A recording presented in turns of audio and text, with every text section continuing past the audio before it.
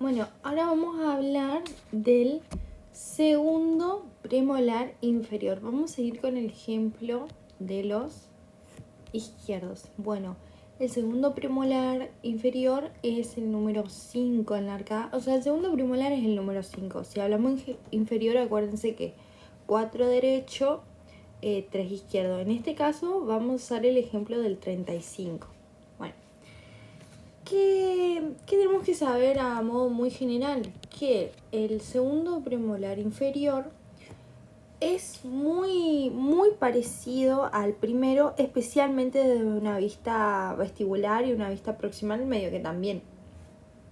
Las principales diferencias que vamos a tener con el primero van a ser en la cara oclusal. Bueno, la vista vestibular en igual, como ya dije, son muy parecidas a la del primer molar inferior.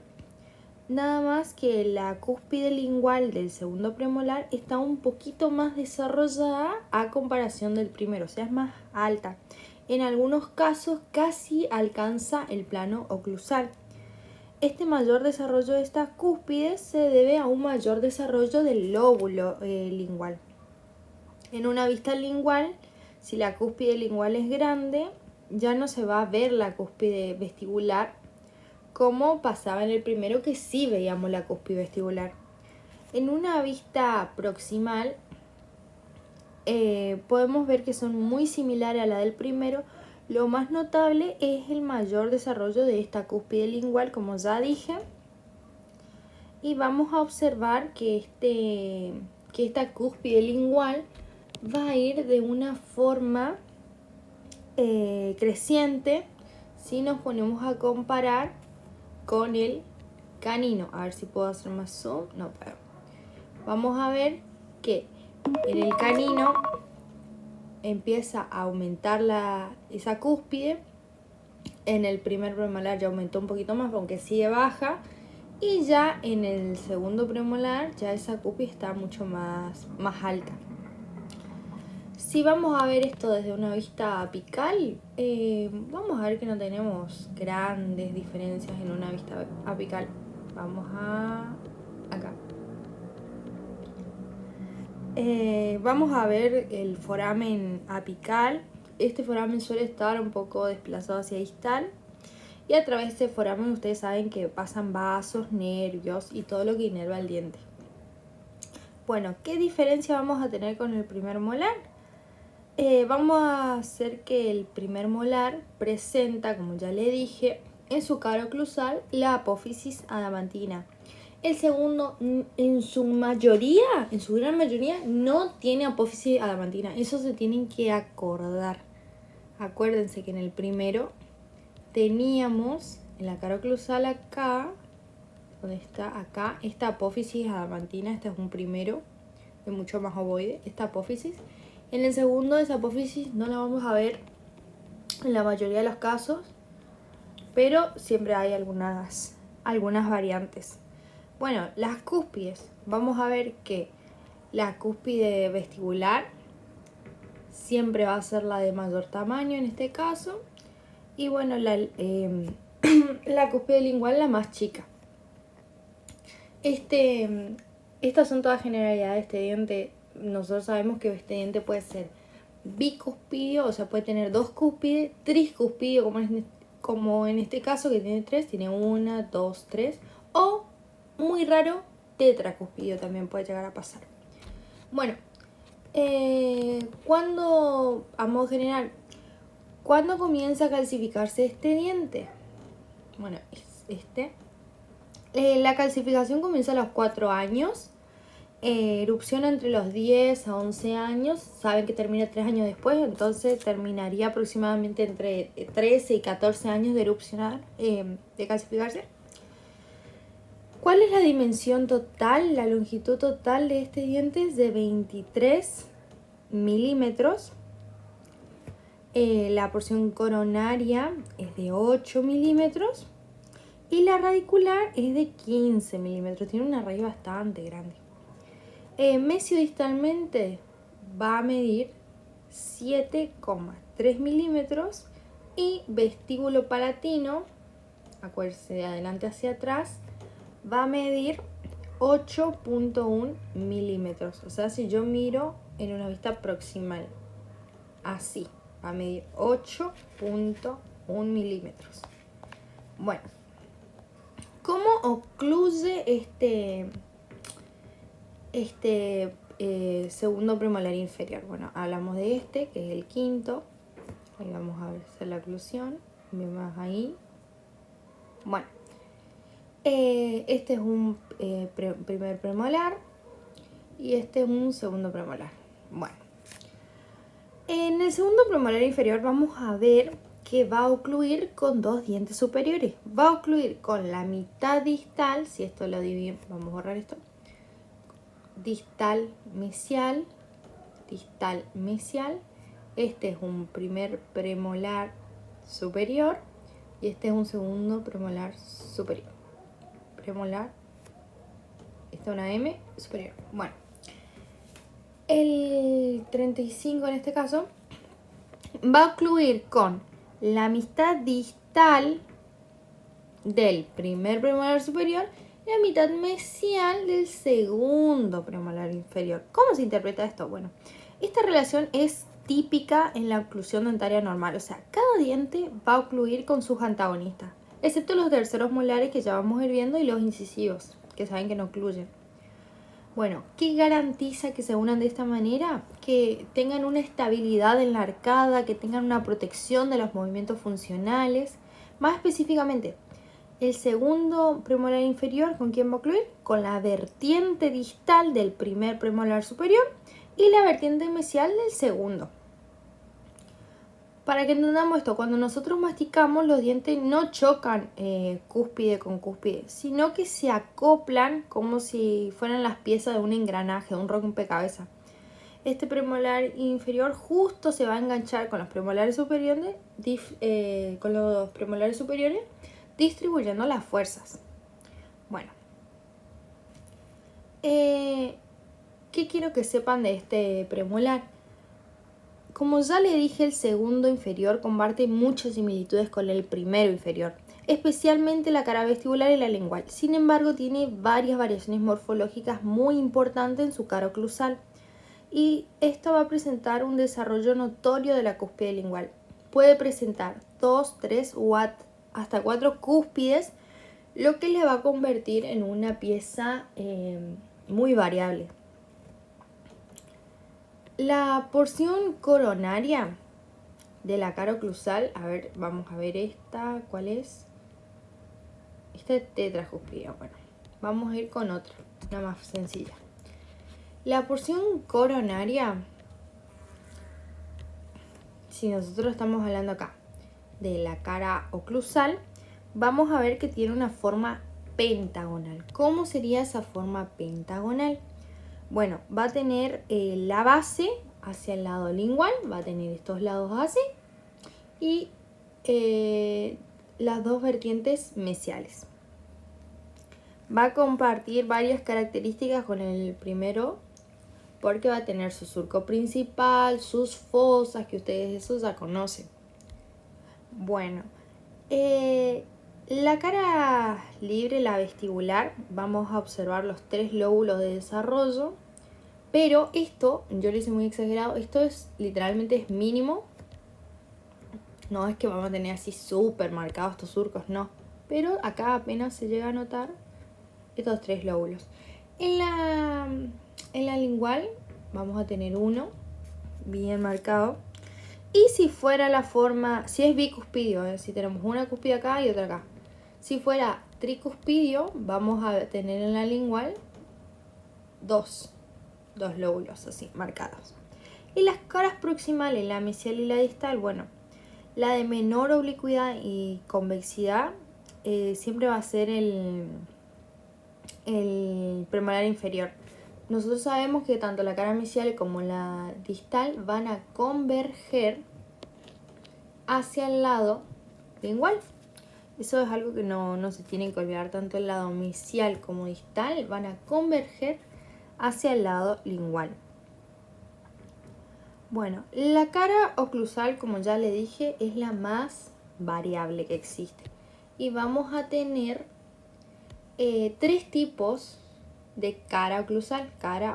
Vamos a tener el bicuspidio, el tricuspidio y el tetra.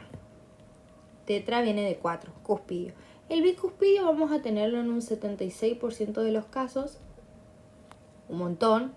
El tricuspidio también hay un montón de casos, el 23%. Y el tetracuspidio es el que menos tenemos, que tenemos en un 1% de los casos. Después vamos a ver que el bicuspidio se va a subdividir en en subtipo 1, 2, 3 y 4. Ya la vamos a ir viendo. Bueno, el bicuspidio lo que tiene particular es que va a tener una cúspide. En este caso vamos a tener los 4 del bicuspidio. Vamos a tener acá la clase del bicuspidio, estos dos.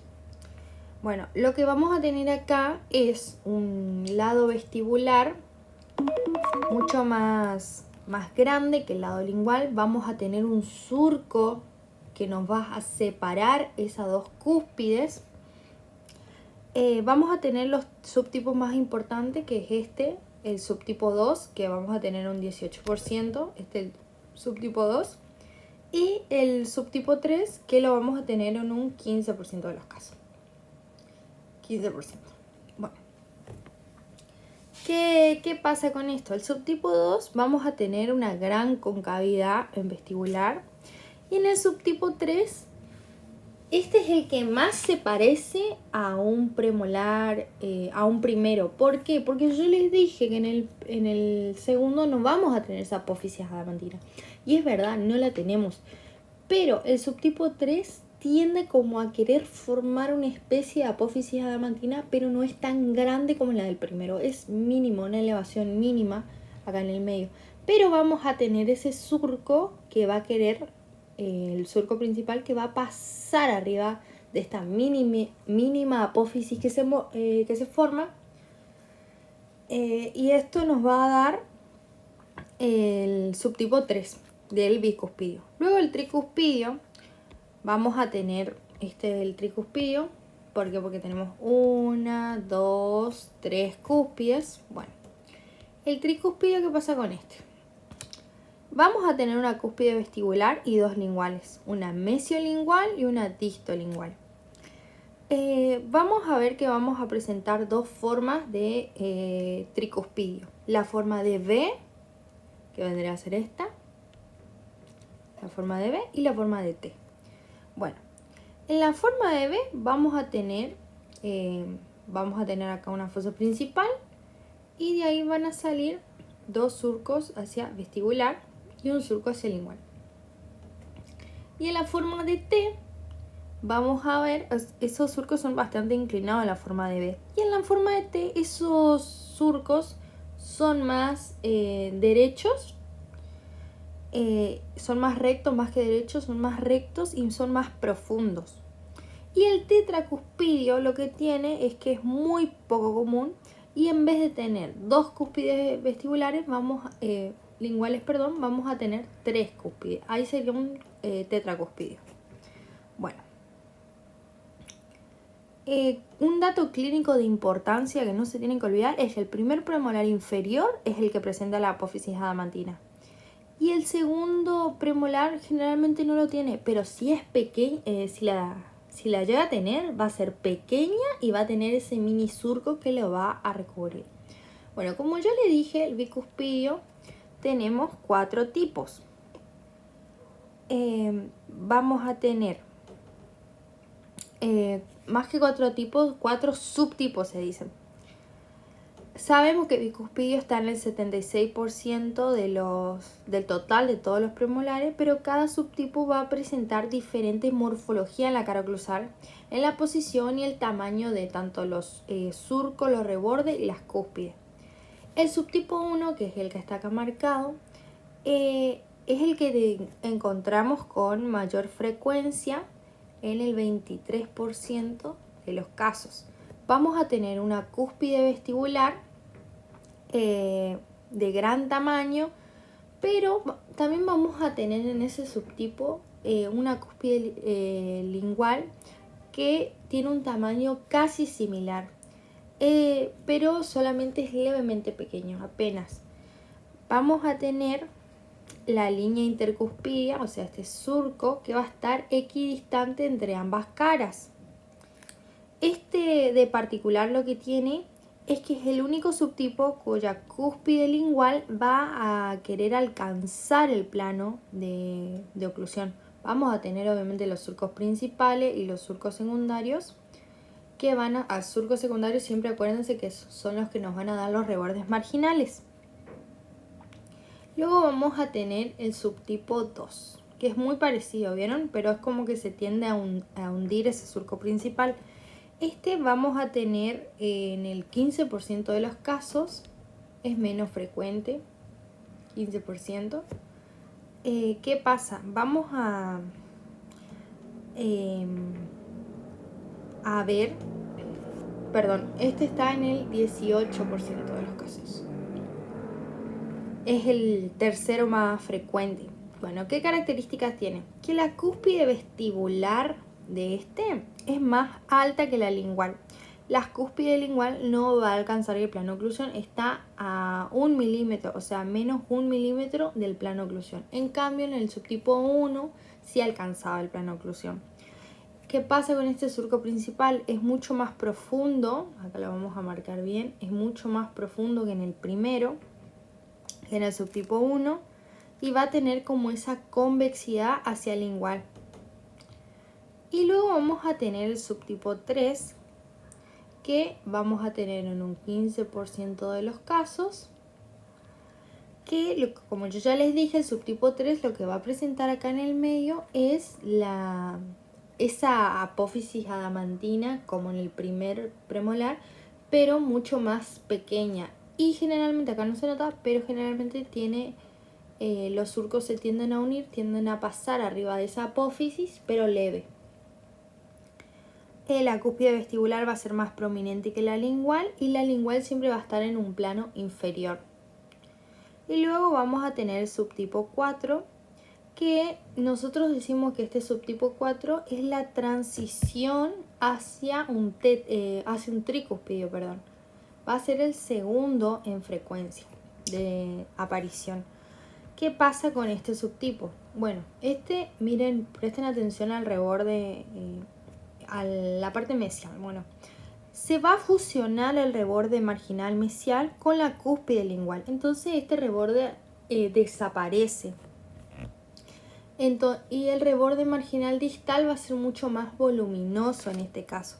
La cúspide vestibular es mayor que la lingual tampoco va a alcanzar el plano de oclusión, también va a estar a 1 milímetro menos, y es considerado justamente la forma de transición entre tricúspidos. Si nosotros nos prestamos atención al orden, vamos a ver que el primero en aparecer es el bicuspidio, subtipo 1, el segundo en aparecer es el subtipo 2, el tercero en aparecer va a ser el segundo en aparecer va a ser el subtipo 4, el tercero en aparecer va a ser el subtipo 2 y el último, el menos frecuente, va a ser el subtipo 3. Bueno, esos son los bicúspidos. Ahora los tricúspidos. Tricúspidos porque tienen 3 cúspides. Bueno, este tricúspido aparece en el 23% de los casos. Bueno, es la misma frecuencia que el subtipo 1 del bicuspidio, la forma de H, si se dan cuenta. O sea, no es raro que aparezca esto lo pueden llegar a ver. Bueno, ¿qué características tiene? Que vamos a tener una cúspide vestibular grande, una cúspide mesiolingual de tamaño intermedio y una cúspide distolingual más pequeña. Vamos a tener los 3 lóbulos vestibulares, porque también vamos a tener esta forma, siendo el central el más grande, como esto ustedes ya lo saben.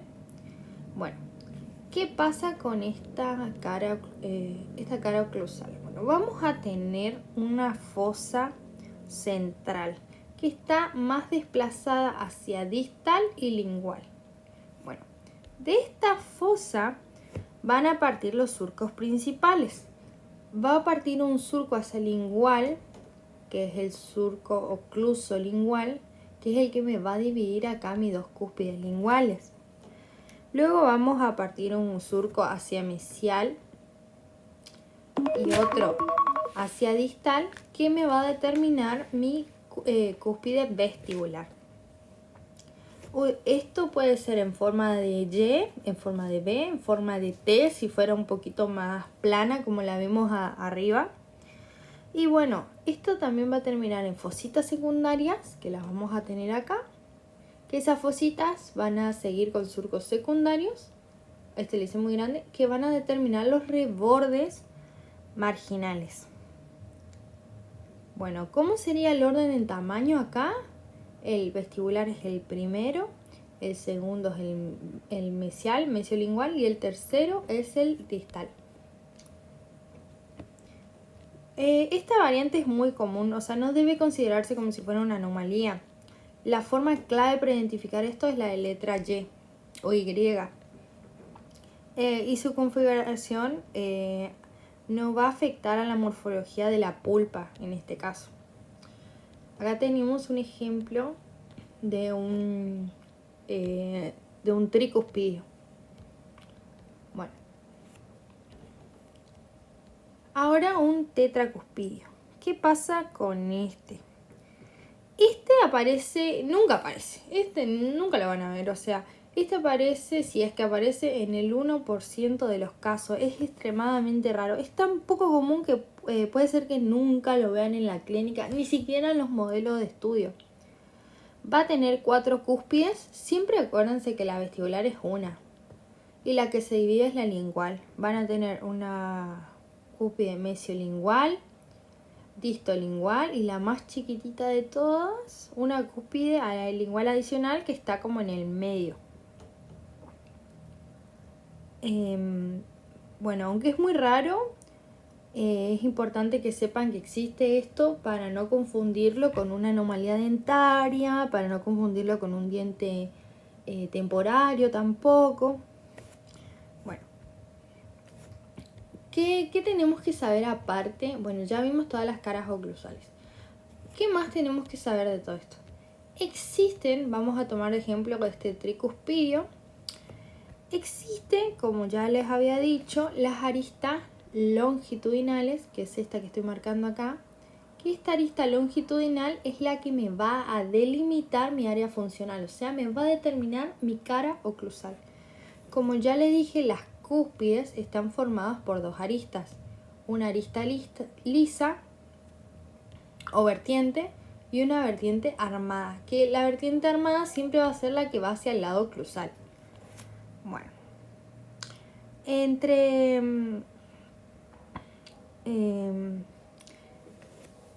vertientes, lo que vamos a tener adentro también en la cara oclusal van a ser los rebordes triangulares. ¿Pero qué son los rebordes triangulares? Van a ser elevaciones en forma de cuña que van a partir desde el vértice de una cúspide y se va a dirigir hacia el centro de la superficie oclusal. Acá vamos a tener 1, 2, 3. Estas van a ser los rebordes triangulares. Por cada cúspide vamos a tener un reborde triangular principal, que es este, y vamos a tener aparte 2 rebordes triangulares por cada cúspide secundarios. Miren acá, son más chicos y siempre están o para el lado mesial o para el lado distal. El del centro siempre va a ser un reborde triangular central principal. ¿Cómo yo sé si es principal o secundario? Si está en el centro principal, si está a un lado es secundario. Si es mesial o distal, si está más para el lado distal es distal y si está más para el lado mesial es mesial.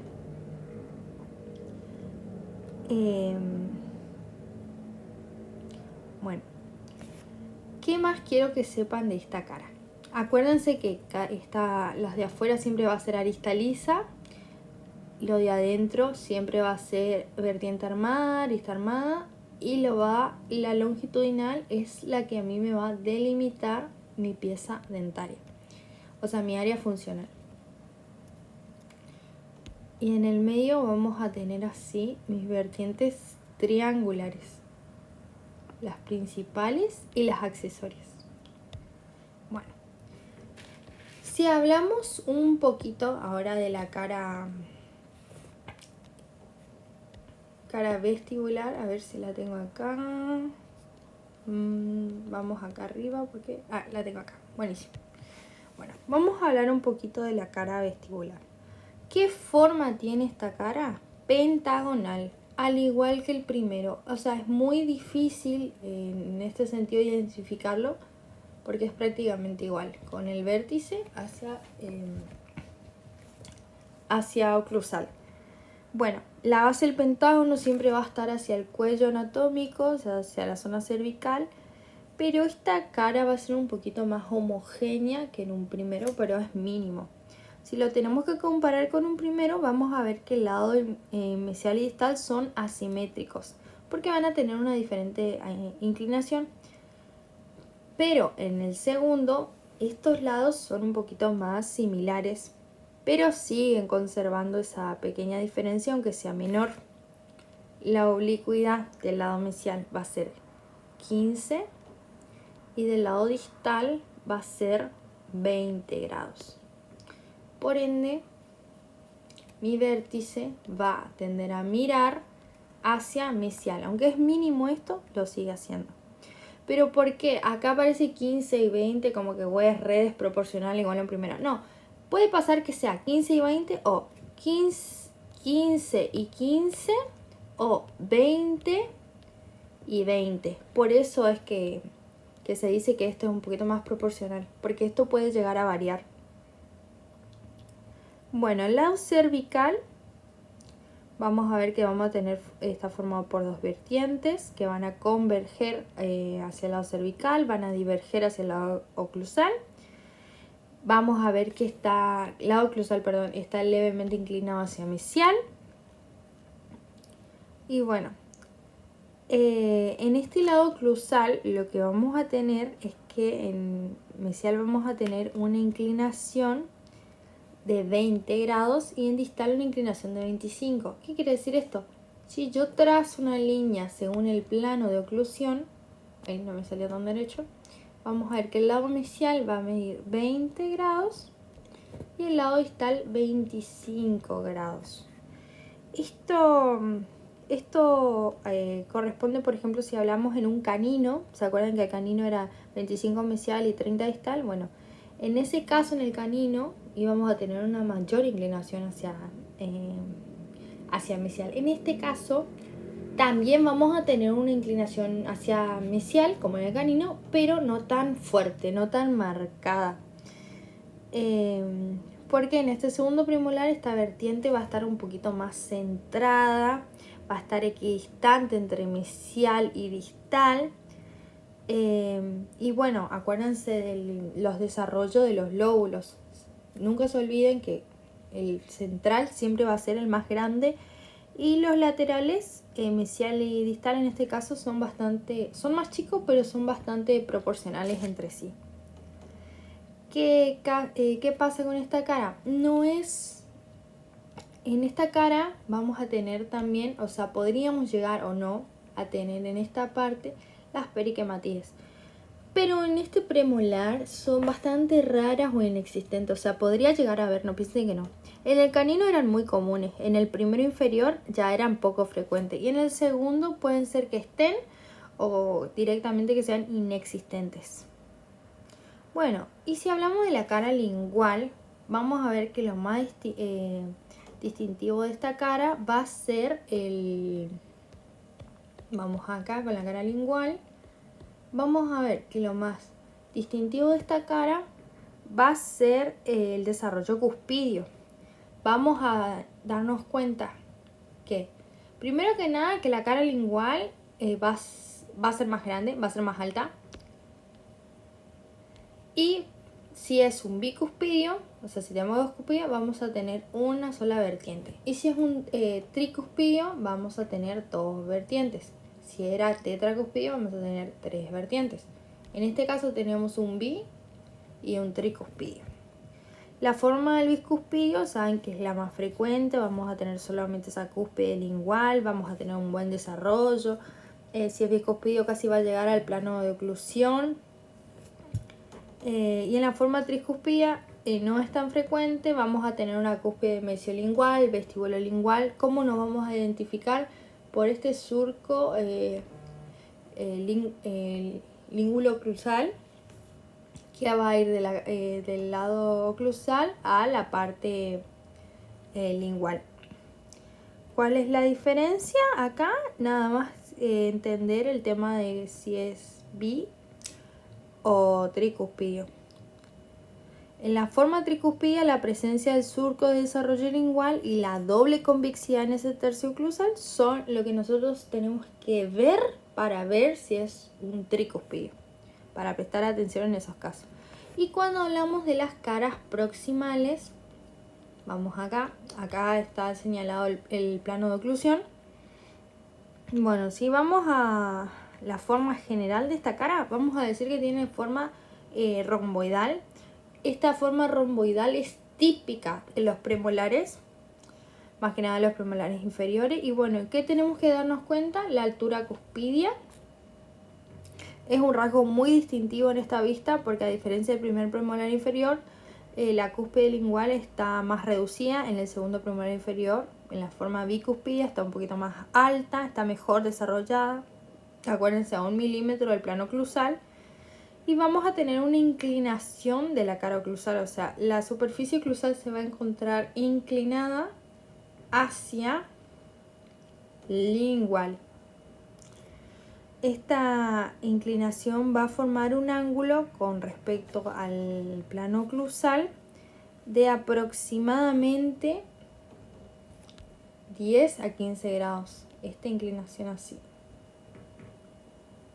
va a formar un ángulo de 10 a 15 grados.